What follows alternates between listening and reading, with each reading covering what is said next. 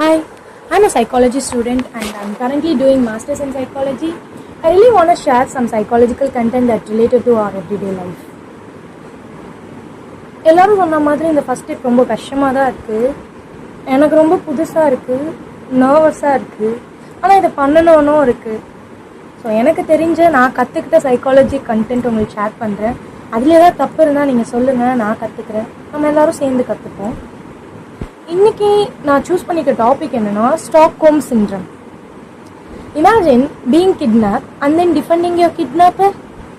நடந்திருக்கு 1973 bank call Kreditbanken which is located in Stockholm, Sweden.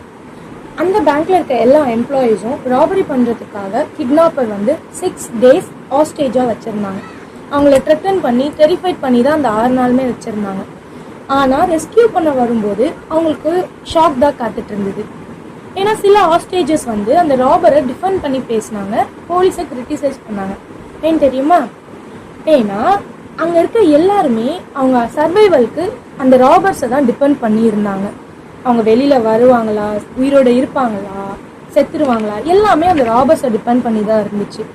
அந்த டைமில் அந்த ராபர்ஸ் காட்டின சின்ன ஆக்ட் ஆஃப் கைண்ட்னஸ்னு வச்சுக்கோமே, ஒருத்தவங்க மயக்கம் போட்டு விழும்போது தண்ணி கொடுக்கறது, இல்லை உங்களை யாரும் நாங்கள் கொலை பண்ண மாட்டோம், நீங்கள் சேஃபாக வெளில போயிடுவீங்கன்னு சொல்லி ஹோப் கொடுக்கறது, சாப்பாடு கொடுக்கறது, அவங்க எல்லாரையும் அவங்க மிரட்டி தான் வச்சுருந்தாங்க.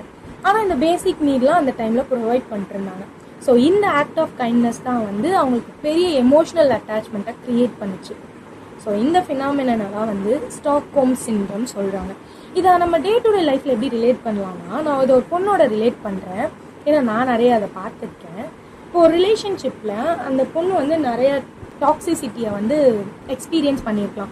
அந்த பையன் கண்ட்ரோல் பண்ணியிருக்கலாம், அப்யூஸ் பண்ணியிருக்கலாம், கிரிட்டிசைஸ் பண்ணியிருக்கலாம். கான்ஸ்டண்ட்டாக இது நடந்துகிட்டே இருக்கும். ஆனால் ஒகேஷ்னலாக அப்பாலஜைஸ் பண்ணுறதும், இல்லை கிஃப்ட் வாங்கி கொடுக்குறதும், இல்லை நான் ப்ராமிஸ் பண்ணுறேன், நான் இனிமேல் அப்படி பண்ண மாட்டேன், நான் அசிங்கமாக பேச மாட்டேன், நான் உங்களை நல்லா பார்த்துப்பேன், நான் எதுவுமே பண்ண மாட்டேன், நான் திருந்திட்டேன் அப்படின்னு சொல்லும்போது இவன் என்ன பண்ணிடுவான், இந்த ரேர் மூமெண்ட் ஆஃப் கைண்ட்னஸை தான் ஃபோக்கஸ் பண்ணுவான். இவளுக்கு முன்னாடி நடந்த அந்த அப்யூஸ்மெண்ட்டோ கிரிட்டிசைஸோ எதுவுமே அவளுக்கு ஞாபகம் இருக்காது. மீன்ஸ் அவள் இக்னோர் பண்ணுவான். நம்ம நிறைய யோசிச்சுட்டே இருப்போம், இந்த ஃப்ரெண்ட்ஸ் எல்லாம் இது இவ்வளோ டாக்ஸிக்கான ரிலேஷன்ஷிப்பில் ஏன் இன்னும் இருக்கா, வெளியிலவே வர மாட்டேங்கிறா, ஏன் ஸ்டே ஆகுறா அப்படின்னு நம்ம நிறைய யோசிப்போம். இது வீக்னஸ் கிடையாது, இது ஒரு காம்ப்ளெக்ஸ் சைக்காலஜிக்கல் ப்ராசஸ்ன்னு வச்சுப்போமே. இந்த ஃபியர், டிபெண்டன்சி, இல்லை இந்த ஒகேஷ்னலாக ரிவார்ட் கொடுக்கறது, இது எல்லாமே என்ன பண்ணோன்னா எமோஷ்னல் அட்டாச்மெண்ட்டை ஸ்ட்ராங் ஆக்கும்.